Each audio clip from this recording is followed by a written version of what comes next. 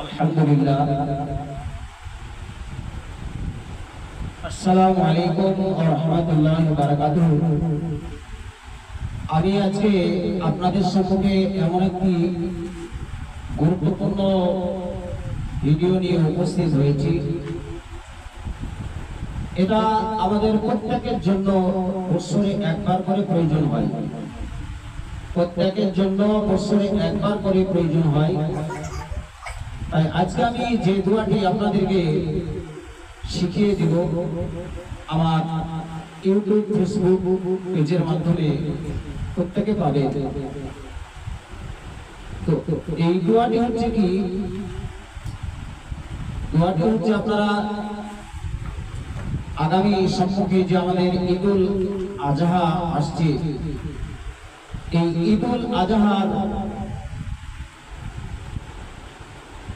দিনে এই দোয়াটি পাঠ করতে হবে। এই দোয়াটি কখন পাঠ করবেন?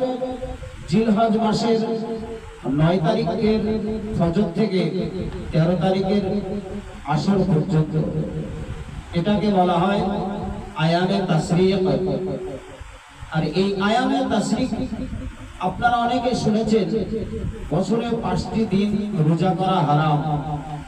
এই যে আয়ামে তাশরিক যেটাকে বলছে, এই 5টি দিনে, এই 3 দিনে আর এই রমজান মাসের শাওয়াল মাসের 2 দিন, মোটে এই 5 দিন, এই 5 দিনে রোজা করা হারাম।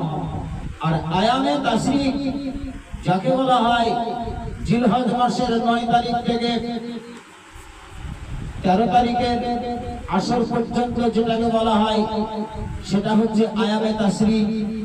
তো বন্ধুরা আমার, ভাইরা, আপনারা এই জিলহজ মাসের 9 তারিখ থেকে 9 তারিখের ফজর থেকে এই দোয়াটি আপনারা পড়বেন। আর যেদিন আপনারা ঈদগাহ ময়দানে ঈদের নামাজ পড়তে যাবেন, সেই দিন এই দোয়াটি পড়বেন। দোয়াটি হচ্ছে এই, আল্লাহু আকবার আল্লাহু আকবার লা ইলাহা ইল্লাল্লাহু আল্লাহু আকবার ওয়ালিল্লাহিল হামদ।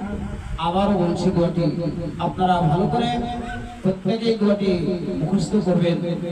আল্লাহু আকবার লা ইলাহা ইল্লাল্লাহু আল্লাহু আকবার আল্লাহু আকবার ওয়ালিল্লাহিল হামদ।